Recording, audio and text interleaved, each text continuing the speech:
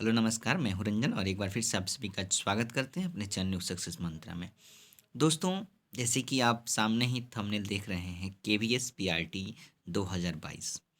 तो आपको बता दें कि 2022 के अंदर केवीएस केंद्रीय विद्यालय की जो वैकेंसीज हैं पक्का आने वाली है, कंफर्म है। तो और जितने भी टीचर एस्पायरेंट्स हैं, मतलब टीचिंग एस्पायरेंट्स हैं जो शिक्षक बनना चाहते हैं अपने ज़िंदगी में, अपने लाइफ में, उनका लक्ष्य है, एम है। तो हर एक टीचर एस्पिरेंट का ये सपना होता है कि वो केंद्रीय विद्यालय के अंदर अपनी जॉब फिक्स करें, केंद्रीय विद्यालय के अंदर नौकरी करें। ठीक है, तो आज मैं केंद्रीय विद्यालय के ही यानी कि केंद्रीय विद्यालय पीआरटी 2022 इसके अंदर जितने भी इंफॉर्मेशन हैं, ठीक है, कि इसका exam pattern, syllabus, eligibility criteria, selection process, ये क्या होता है, इसके अंदर हम आपको बताने जा रहे हैं। ठीक है, ताकि जो भी टीचर एस्पायरेंट्स, मतलब जो शिक्षक बनने के लिए केवीएस के अंदर शिक्षक बनना उनका एक सपना है, इस रूप में अगर देखना चाहते हैं तो उनके लिए बेहद ही खास वीडियो होगा और इस खास सी पेशकश में आपका स्वागत करते हैं एक बार फिर से। ठीक है, तो चलिए समझते हैं क्या है एग्ज़ाम पैटर्न, क्या इसका सिलेबस है, इसकी एलिजिबिलिटी क्राइटेरिया क्या है, सिलेक्शन प्रोसेस क्या है, इन सभी चीज़ों को इस वीडियो के अंदर देखेंगे। तो चलिए आपको बता देते हैं केवीएस पीआरटी। देखिए, केवीएस पीआरटी जो होता है, इसका एग्ज़ाम सिलेबस हम बात करेंगे। देखिए, केवीएस पीआरटी के अंदर जो है वो आपका टोटल मार्क्स जो होता है वो 150 मतलब 150 नंबर का होता है। टोटल 150 नंबर का होता है। ठीक है, इसमें जो नंबर ऑफ क्वेश्चंस होते हैं वो उनकी संख्या भी 150 होती हैं। मतलब ईच क्वेश्चन जो है पर क्वेश्चंस 1 नंबर का होगा। ठीक है, अब देखिए, इसके लिए जो आपको टाइमिंग मिलेगा वो मिलेगा 2.5 घंटा, मतलब 150 मिनट। यानी कि पर क्वेश्चंस के लिए आपको एक क्वेश्चन 1 मार्क का होगा और एक क्वेश्चंस के लिए आपको 1 मिनट मिलने वाला है।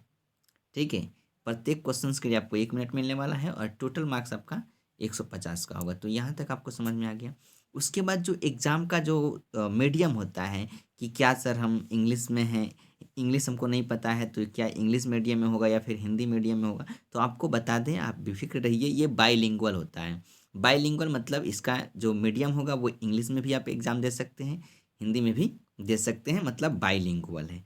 चलिए, अब इसके मोड की बात करते हैं। तो मोड इसका ऑनलाइन या ऑफलाइन। तो पहले आपका ऑफलाइन मोड में हुआ करता था एग्ज़ाम, लेकिन इस बार से सीटेट को देखते हुए, जैसे सीटेट है तो सीटेट की देखते हुए इस बार आपका जो है ऑनलाइन हो सकता है। लेकिन ये सारी बातें कब पता चलेगी, जब केवीएस का पीआरटी का जो है नोटिफिकेशन आउट होगा तभी पता चलेगी। तब नोटिफिकेशन में ऑलरेडी मेंशन किया रहेगा कि इस बार की जो एग्ज़ाम है आपका वो ऑनलाइन मोड में कंडक्ट किया जाएगा। अदरवाइज़ नहीं ऐसा कुछ लिखा है तो ऑफलाइन में ही कंडक्ट कराया जाएगा। ठीक है, तो इसीलिए हमने लिख रखा है कि आपको ऑनलाइन या ऑफलाइन में, तो आपको अ, मतलब ज़्यादातर ये संभावना बन रहा है कि ऑनलाइन में हो जाए, क्योंकि सीटेट भी ऑनलाइन कर दिया है। तो केवीएस भी हो सकता है कि ऑनलाइन मोड में अपना एग्ज़ाम लें।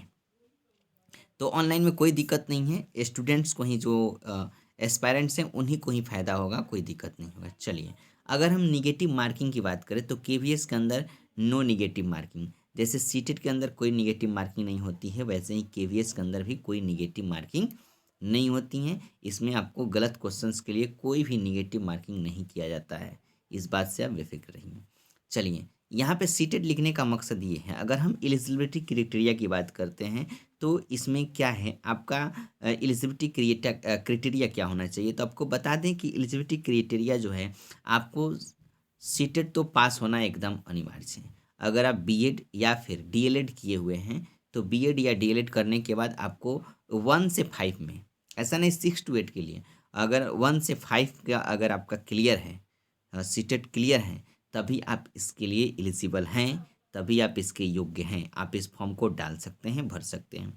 तो सीटेट क्लियर होना चाहिए और बीएड या फिर डीएलएड होना चाहिए। एक और सवाल होता है कि क्या सर अपेयरिंग में डाल सकते हैं? जी नहीं, अपेयरिंग नहीं हो सकता है, आपको पूरा फाइनल सर्टिफिकेट होना चाहिए, पूरा फाइनल जो ईयर होता है बीएड फाइनल ईयर का और उसका दोनों का होना चाहिए। अपेयरिंग में आप केवीएस का फॉर्म नहीं डाल सकते हैं, केंद्रीय विद्यालय का फॉर्म नहीं डाल सकते हैं। और बीएड या डीएलएड होना चाहिए और उसमें सीटेट आपको क्वालिफाई होना चाहिए। 1 से लेकर 5 तक के जो प्राइमरी होता है, ठीक है, उसके लिए आपको 1 से 5 वो वाला सीटेट आपको पास होना चाहिए, तभी आप इसके लिए एलिजिबल हैं और आप फॉर्म भर सकते हैं। तो एलिजिबिलिटी क्राइटेरिया की बात हो गई। अब हम सिलेक्शन प्रोसेस की बात करते हैं। सिलेक्शन प्रोसेस में क्या है, सिलेक्शन प्रोसेस इसका जो है ना, ये 2 तरीके होंगे, एक होगा रिटेन और एक होता है इंटरव्यू, मतलब 2 आधार पे होता है। सिलेक्शन प्रोसेस में एक रिटेन के आधार पर होता है, दूसरा इंटरव्यू के आधार पे होता है। तो जो रिटेन होंगे आपको 150 नंबर का एग्ज़ाम लिया जाएगा, देन एग्ज़ाम में आपको शॉर्ट लिस्टेड किया जाएगा, जितने छात्रों को बुलाया जाएगा, ठीक है। उसमें आपको जो है वैकेंसी के अनुसार शॉर्ट लिस्ट किया जाता है। एक एक सीट पे 10 या जो भी है, एक 10 या 20 जितने को होगा उसके हिसाब से सिलेक्ट, ये जो निर्धारण है वो आपका केंद्रीय विद्यालय जो एग्ज़ाम कंडक्ट कराता है वो करता है। तो सिंपल आपको इसकी सिलेक्शन प्रोसेस में आपको रिटेन और इंटरव्यू 2 जगहों से गुजरना होगा, और इस दोनों में आप अच्छा करते हैं तो आपका 100% सिलेक्शन क्या है, केवीएस के अंदर हो जाएगा। तो इसके सिलेक्शन प्रोसेस में क्या है, पहले रिटेन आपका 150 नंबर का होगा, उसके बाद इंटरव्यू भी आपका 60 नंबर के होगा।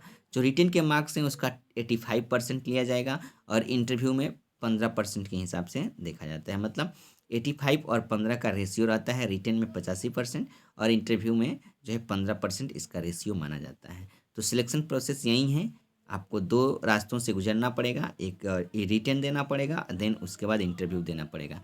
बिल्कुल ईजी इंटरव्यू होता है, कोई टेंशन नहीं है, कोई ये नहीं है, बस बेहतर तैयारी कीजिए और इंटरव्यू भी आसान हो जाएगा। अभी से आपको इंटरव्यू करने की ज़रूरत नहीं है, पहले आप रिटेन की तैयारी कीजिए बेहतर, और उसके बाद इंटरव्यू भी आपका हो जाएगा, ठीक है। एक्चुअली इसमें होता क्या है, अगर आपको सिलेक्शन लेना है तो आप रिटेन के अंदर ज़्यादा मेहनत कीजिए।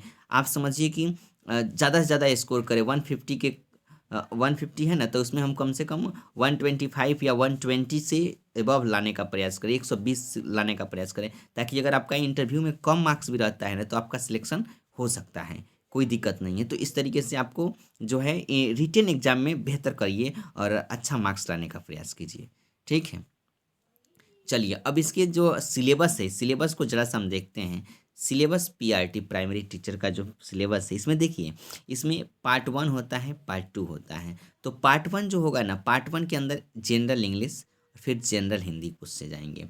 तो जनरल इंग्लिश से 10 क्वेश्चंस रहेंगे, हिंदी से भी 10 क्वेश्चंस रहेंगे, जो कि एक क्वेश्चन 1 मार्क्स का रहेगा, इसलिए 10 नंबर, और यहाँ पे भी आपको 10 मार्क्स का मिलेगा। मतलब पार्ट 1 के अंदर इंग्लिश और हिंदी रहेंगे, जो कि इंग्लिश से 10 क्वेश्चंस रहेंगे, हिंदी से भी 10 क्वेश्चंस रहेंगे, और एक क्वेश्चन 1 नंबर का है तो 10 क्वेश्चंस आपको 10 नंबर देने वाले हैं।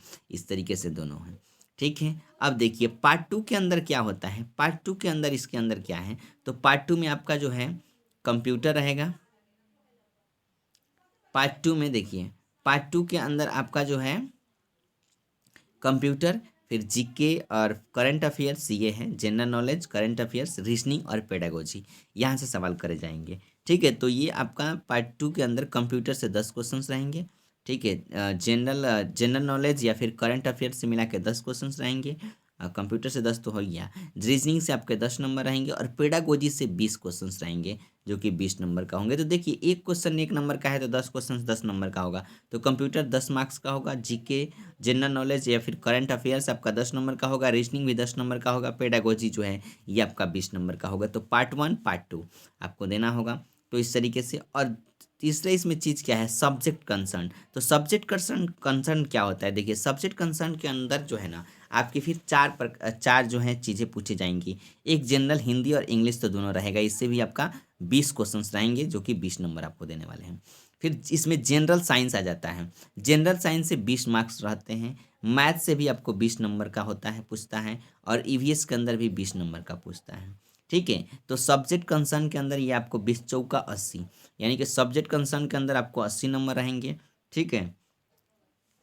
और पार्ट 2 के अंदर भी वैसे ही, तो आपको सब्जेक्ट कंसर्न ये हो गया, और ये पार्ट 1 और पार्ट 2 से मिला के टोटल 70 क्वेश्चन रहेंगे, और इस तरह से 70 और 80 कितना हो गया, 150। तो क्वेश्चन आपका 150 हो गया, हुआ ना, और आपका 150 मार्क्स का हो गया। तो इस तरीके से आपको सब्जेक्ट कंसर्न के अंदर आपको याद रखना है कि हिंदी इंग्लिश रहेंगे, जनरल साइंस रहेगा, इसके अंदर मैथ्स रहेगा, और ईवीएस रहेगा। ईवीएस मतलब वही एनसीईआरटी जो आप सीटेट के अंदर पढ़ते हो, ठीक है। तो वहीं आपका रहेगा थोड़ा सा इसमें लेवल बढ़ जाएगा। जैसे प्राइमरी का है ना, तो आप प्राइमरी वाला भी और 6 to 8 वाला भी जितना ईवीएस उसके अंदर आएगा उसको भी पढ़ना पड़ेगा, थोड़ा सा लेवल होगा। ठीक है, तो इस तरीके से आप पूरा इसका सिलेबस है, मतलब 70-80 और दोनों मिला के 150 हुआ। तो यहाँ पे आप देख रहे हैं सिलेबस पीआरटी का, मतलब पार्ट 1 के अंदर इंग्लिश हिंदी 10-10 नंबर के पूछे जाएंगे। फिर वहीं अगर पार्ट 2 की बात करते हैं तो पार्ट 2 में computer, GK, general knowledge, current affairs, फिर रीजनिंग, फिर पेडागोजी 20 नंबर का पूछे जाएंगे। ठीक है, उसके बाद सब्जेक्ट कंसर्न में ये आपका Hindi, English, general science, maths और ईवीएस, ये सारी चीज़ें पूछे जाएंगे। ठीक है, अब इसके अगले जो वीडियो हम बनाएंगे उस वीडियो में आपको इंग्लिश में क्या क्या पढ़ना है ये बताएंगे, हिंदी के अंदर क्या क्या पढ़ना है ये पता चलेगा, कंप्यूटर में क्या पढ़ना है, ये पूरा उसका सिलेबस का मतलब क्या पढ़ना है उसके उतना ही आपको सटीक पढ़ना है। ठीक है, तो ये सारी बात हम बताएंगे।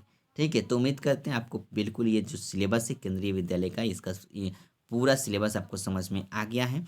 ठीक है, तो बस अगर आपका सपना है केंद्रीय विद्यालय का टीचर बनना, मतलब एक बहुत ही थोड़ा सा प्रोफेशनल हो जाता है टीचर की अगर एरिया में देखें तो काफ़ी बाकी सभी शिक्षकों से ये थोड़ा सा अलग है, और यहाँ पे आपकी एक अलग पहचान बनती है, अलग एक रुतबा मिलता है। तो हर एक छात्र का, टीचर एस्पायरेंट्स का ये सपना होता है कि केंद्रीय विद्यालय के अंदर अपनी नौकरी को फिक्स करे।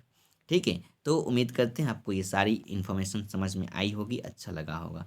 तो आज के लिए इतना ही, फिर मिलते हैं हम लोग नेक्स्ट वीडियो में, तब तक के लिए बाय बाय, टेक केयर, जय हिंद, जय भारत।